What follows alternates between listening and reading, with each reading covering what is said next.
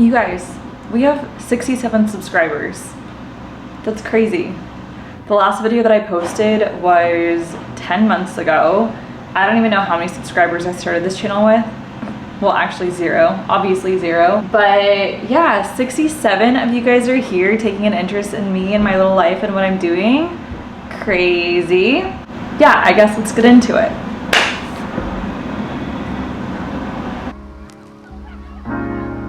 You have to be your biggest fan. I wouldn't consider myself a shy person, but this whole YouTube thing is super intimidating for me, and I only get shy when I set up my tripod and camera to shoot a video. Still true. But here we are. It's been 10 months since I posted my last YouTube video, my last and my first YouTube video ever. I just watched it back and I feel like this is a good time to let you guys know, if you haven't watched that yet, you should go check it out just to get caught up on me, who I am, what I've done in the past, and everything that's kind of led up to me and this moment of running a cleaning business at 30 years old in Portland, Oregon. It's kind of a painful video to watch just because it's my first video and I feel like those are always super cringy and difficult to watch, but it does give you a good history of all of those things. So go check it out. This video is basically me just talking about the experience that was working with CNBC and having a company like that reach out wanting to showcase my business on their platform. After watching the video, there's so much that I felt like needed to be expanded on, or things I wish I would have said differently to get my point across better. Obviously with something like that, it's just super nerve-wracking. It was my first time doing a very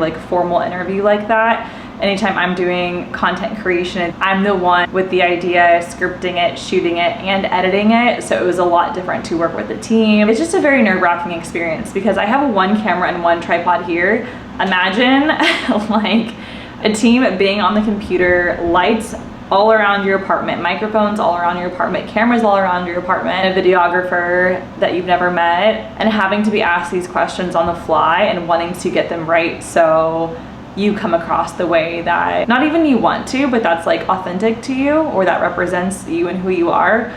So that's kind of what this video is. I do have notes on my laptop, so if you guys see me toggling back and forth, that's what I'm doing. It's not scripted, it's just bulleted because I wanted to make sure that I got through all of the points to set the correct tone for this video and for my YouTube channel in general. Here is the backstory on how something like me being featured on CNBC Make It happened. Since starting my company, I always knew that documenting the process of how I got started was very important to me. I have never looked at social media like the popularity contest that it is for me. It's always been a time capsule for me to throw things up onto the internet and then be able to reflect and look back on them in the next 5 to 10 years, or really for the rest of my life, to see how far I've come and where I was at back then and what I was doing. So ever since starting the cleaning company, I just posted my videos and they weren't good. No one's following me because I'm the world's best videographer or video editor.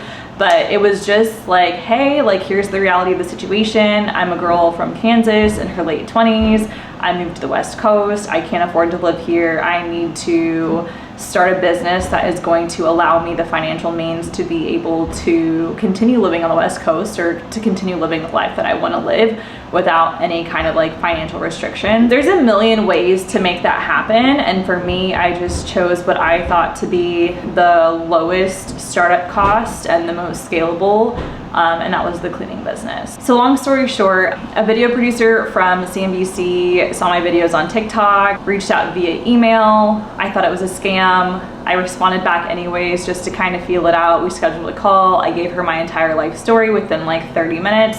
She pitched that to her team. They loved the story. And that was sometime last winter, so it's been several months in the making now. And there's a lot of back and forth in between that time as well. If you guys can hear that in the background, I'm so sorry. I've been dragging my feet making this video all week.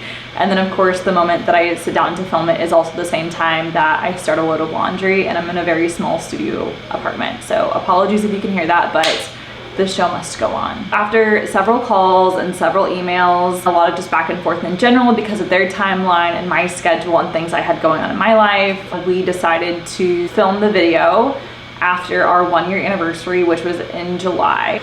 We didn't end up filming until the end of September, and the video was just released a couple weeks ago now. So that's basically how the CNBC feature came to be. When we filmed, it was basically an entire like 8-hour filming day. So the videographer came out here at 8 a.m. They set up all the equipment in my little tiny studio apartment. We patched in the producers from CNBC via Google Meets, and they interviewed me while the videographer filmed me, and then he followed me around while I ran the jobs that we had going on for the day. So yeah, it was a very long day, very nerve-wracking to have like an hour long, I think it honestly might have been like a 2-hour long interview. I just kind of feel like I blacked out the entire time because it's one of those things where you're just like so excited about an opportunity like this, so nervous for the day. So I think just all of those emotions coming together in that moment just was like, I blacked out, and then I had no idea what I said or how I came across until the actual feature was released. I was not even the first person in my friend group to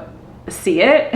The video producers told me that they were gonna release it on some odd Wednesday or something like that. My longtime friend, Gabby, is actually the one who saw it for the first time. She sent me the link. I was actually at a midterm rental turnover clean that I was finishing up. As soon as I got to my car, I got a text from her and she was like, oh my God, it's released. And she sent me the link. I was like, oh, I can't look at this. I can't. I was having a really bad week. I don't even know what was going on, but I think just, I've been dealing with a lot of things personally. I think with just like the doom and gloom of winter and fall settling in here in Portland, I was just not in a really good headspace. And so when it was actually released, I think I loved it and hated it all at the same time. I loved it because it was just something to be really proud of, and it was a really cool piece of the internet that like me and my business got to occupy. But I am someone who is overly critical about myself, and because they touched on like aspects of like my upbringing and my family life is just so complicated, I knew that like my family was gonna be so complicated about like the things that I said, or just like be very critical about every single thing that I said. And so I didn't send it to my friends or family until several hours after it was released. But I ultimately was just like, you know what, this could have been 1,000 times worse than what it was, which I'm not saying it was bad. I'm just saying like this could have been way worse, and it's still something really cool that like you should be proud of. So I was like, fuck it. I sent it to them. Yeah, there is mixed emotions for sure. Like I said, I have a very big family, very opinionated family. Yeah, I think their reaction is kind of what gave me anxiety throughout most of the day. But I'm gonna touch on most of that here in the next part of this video, where I kind of just expand on topics or things that I feel like need more clarification. But before we get into that, I do want to thank you guys for taking an interest in watching my story on CNBC and taking the time to leave nice and supportive comments, and also coming over here and subscribing to my channel and taking an interest in me and what I'm doing and building over here. I think that's really cool. I'm really excited to be more consistent over here and just continue sharing my story, because like I said in the CNBC article, my goal is to be a 7-figure company. We are projected to make over $100,000 in our first year of business, which is huge because I really didn't know how long it was gonna take me to be a 6-figure company. So the fact that we hit 100,000 in revenue our first year is super exciting. I'm a crazy person, so naturally my goal by the end of 2025 is to be a $500,000 company. And then by the end of year 3, which will be 2026, I am hoping to hit 7 figures. Let's get into all of the topics that I feel like need a little bit more clarification. The first confusion I feel like people had was my paycheck history. My background, I don't have a formal education. I don't have a college degree. A lot of my career was serving, bartending, and then I got a role in fintech, and then I opened my own plant shop, and then I started the cleaning company. So I just want to clarify kind of those numbers for you guys. So obviously when I was living in Kansas, my cost of living was so different. I only made $2,000 a month when I was living in Kansas most of my adult life. That is just a clarifying point right there. I feel like when I served, I worked like 4 to 5 shifts a week, and my goal was to always make $100 in tips. Again, I was a server and bartender, so like that number is probably not like exactly $24,000 by the end of the year, but just know like I was serving and I was bartending, so it wasn't a ton of money. I was still living like paycheck to paycheck, shift to shift. But I would say I was probably making about $2,000 a month, maybe a little bit less than that, maybe a little bit more than that, give or take, who knows. When I first got my role in fintech, I was 22 years old. The thing about working in tech versus working at an early stage startup, I feel like are very different things. Like people hear that you work in tech, they think that you're immediately making 6 figures. But when I first started in tech, again, it was an early stage startup, I was only making $2,000 a month as a contractor, so that's before taxes are taken out. I was making that for a solid amount of my 20s. I would pick up random jobs here and there, and because it was early stage startups, it's like there were multiple projects that we worked on during that time, but when I was working in the tech space, I was only making $2,000 a month before taxes, which is very similar to what I was making as a server, because the agreement was lower paycheck for an opportunity to have equity in a company that could be worth millions at some point. So to me, it was worth the sacrifice. I was young, I was in my 20s, I didn't really have much to lose, I had everything to gain, so I was just like, fuck it, sign me up for $2,000 a month and 5-10% equity, whatever. Obviously none of those projects ever really amounted to anything, which when I was in my early 20s I was really mad about, but I've come to learn that I got a priceless education and all of the stuff that I was able to experience, and I got the kind of like experience and education that didn't put me into hundreds of thousands of dollars of debt, which to me is worth more than any amount of equity I could have had in any startup that would have blown up. I think having like those failures and that experience is so priceless, and I'm forever grateful for all the opportunities that I had, whether they took off or not, or not, because they didn't. I started my own plant shop, which this company, again, was a very small company. It only lasted like a couple years between like the pop-up concept and the storefront concept.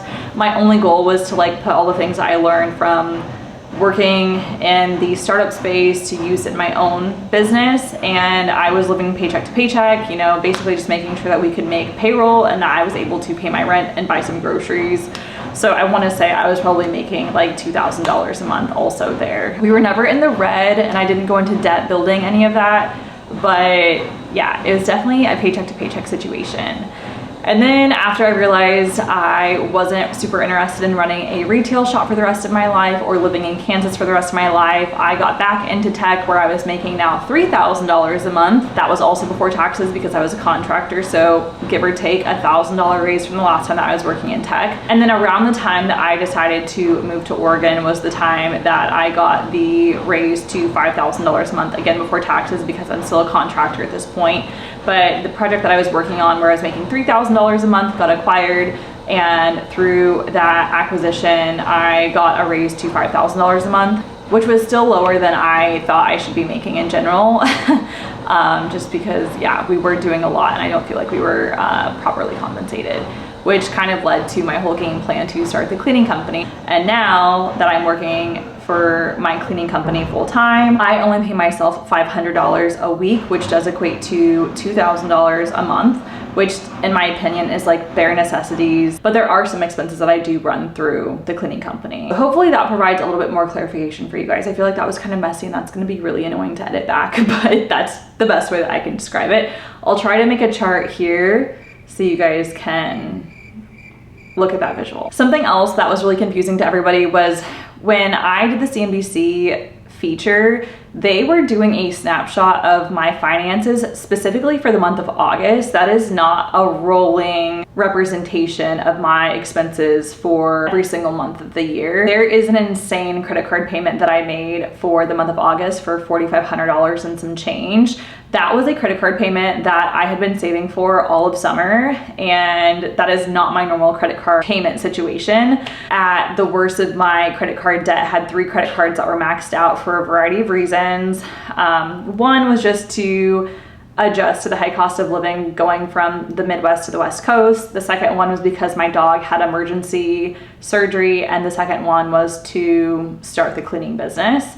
But all in all, I think I accumulated like $12,000 worth of debt. I've slowly been chipping away at that since starting the cleaning company, but I don't want you guys to think that I'm every single month making $4,500 worth of credit card payments. I saved a lot over the summer for that credit card payment specifically. That's not typically what that is every single month. So that brings me to my next point, which is my credit card debt in general. So the article does say that I started my cleaning company with the last $2,000 I had in savings, which is true, but I did put that on a credit card just in case I needed access to that savings.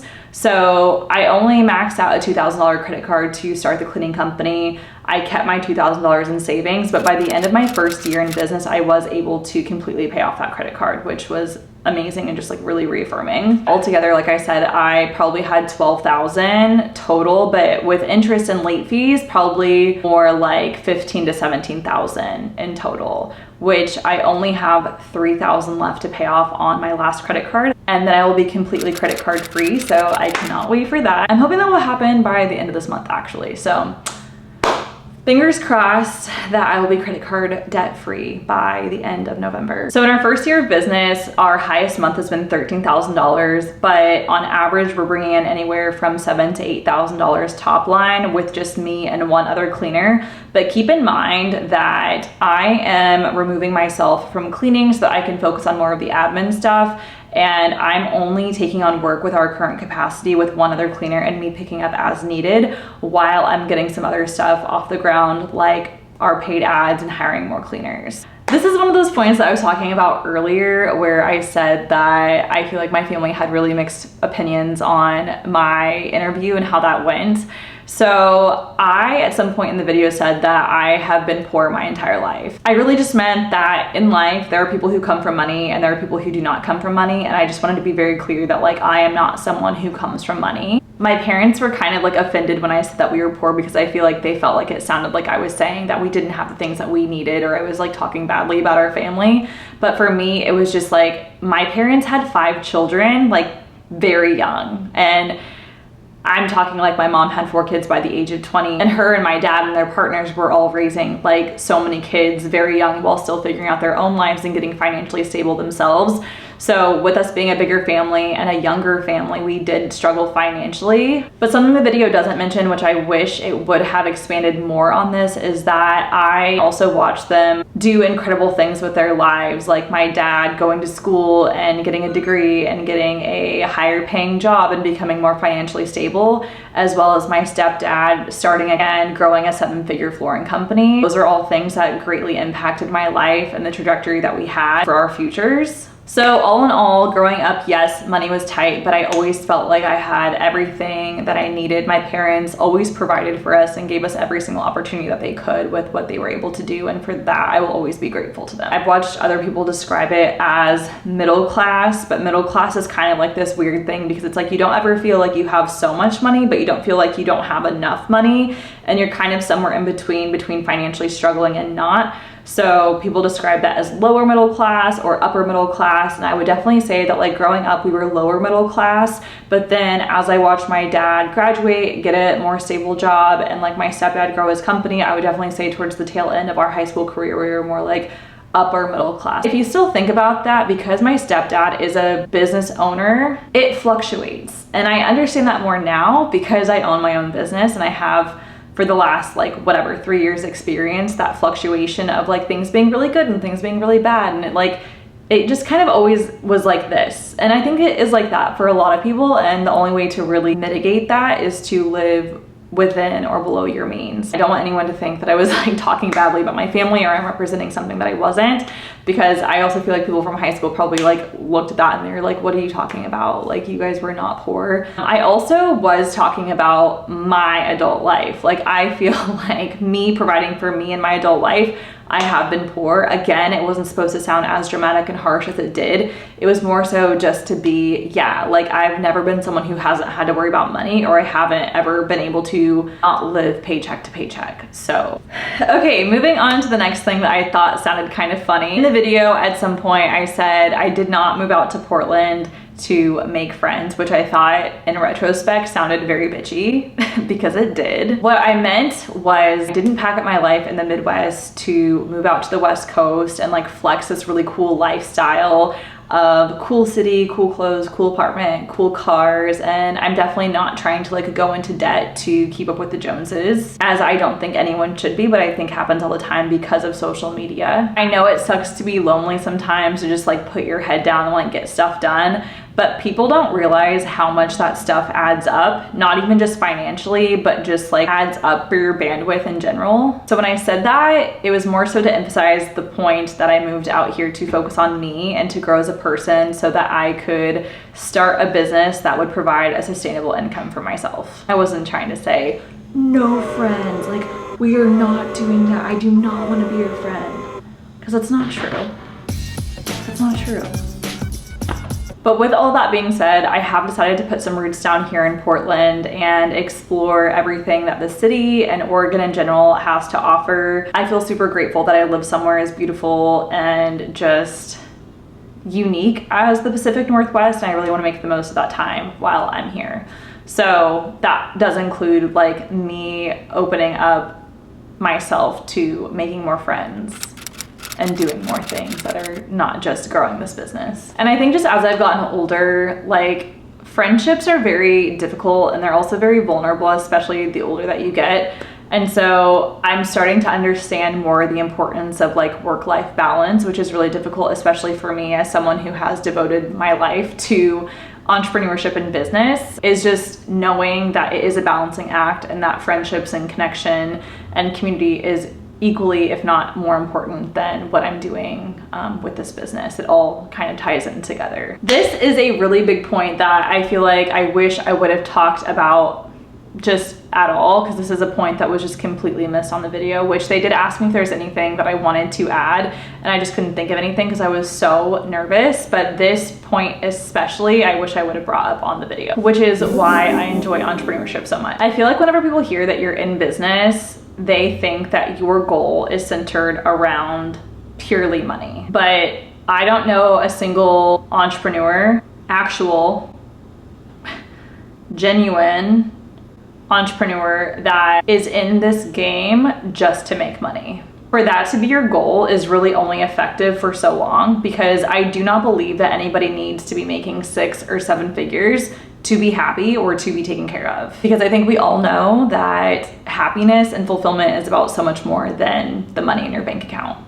And you can't take it with you when you're gone, so really what is the point? I do think, especially in business, it is really important to be tracking things like that. And it's an easy way that we do measure success, because it's a quantifiable number that literally keeps the score and tells you whether you're moving the needle in a good direction or a bad direction. So I think it is important for that. I just think that people's perception of why money is important is a little bit skewed and messed up sometimes, depending on who you ask. For me, starting a business has never been about solely the money. It's always been more about the person that you were forced to become when you set a goal as insane as making 6 figures, making 7 figures. Because in order to make that amount of money, you literally have to become an entirely different person. And I don't mean in terms of like change everything about who you are and who you've been, but just the discipline that it takes to really dial in on like the goals and everyday steps that you need to take to make that happen is a really transformative experience. So in the video, when I mentioned that I'm someone who has struggled with anxiety and depression my entire life, it wasn't really until I moved to Portland, Oregon, and I set this goal for myself that had very clear metrics and things that I needed to do to get this done, because I couldn't let my depression and my anxiety get in the way. Especially if I was working for myself, it was like, here's your schedule every single day. These are the things that you need to do in order to get to your goal of achieving this.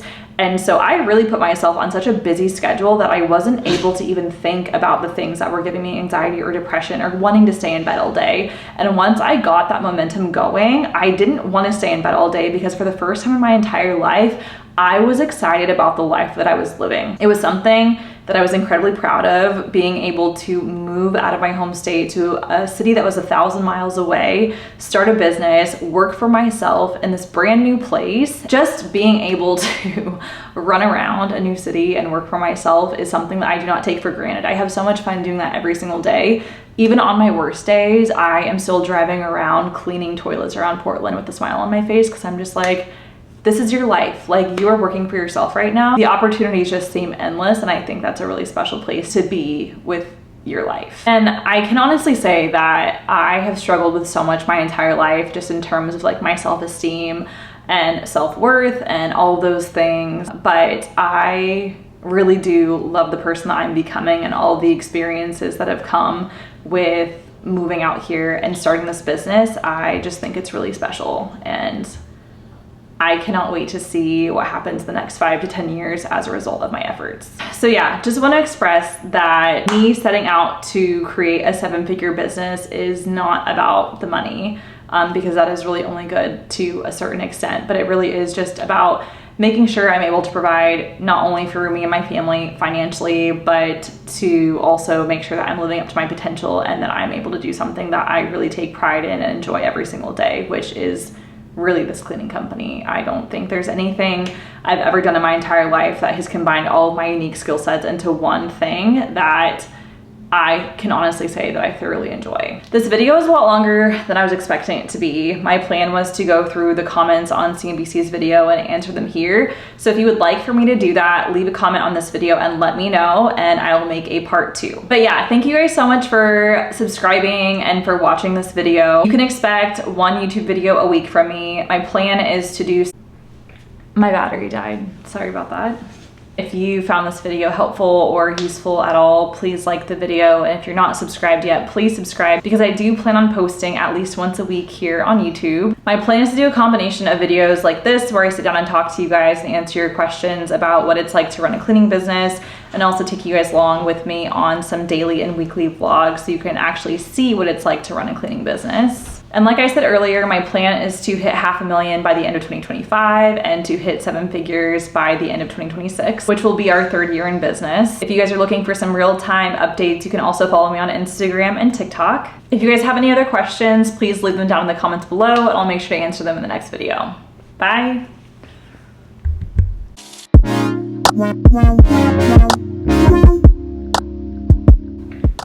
And that is how we film our second YouTube video.